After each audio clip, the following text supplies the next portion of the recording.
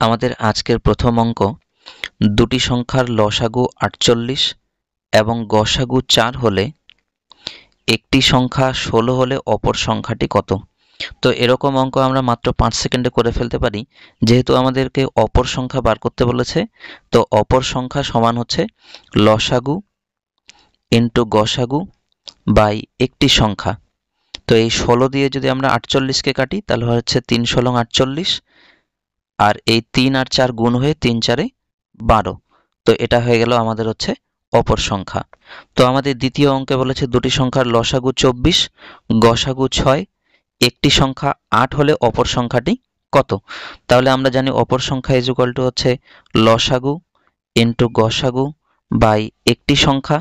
তাহলে 8 দিয়ে 24কে কাটলে 3 8 24, তাহলে উত্তর হয়ে যাবে হচ্ছে 3 6 18। তাহলে আমাদের অপর সংখ্যা হচ্ছে 18।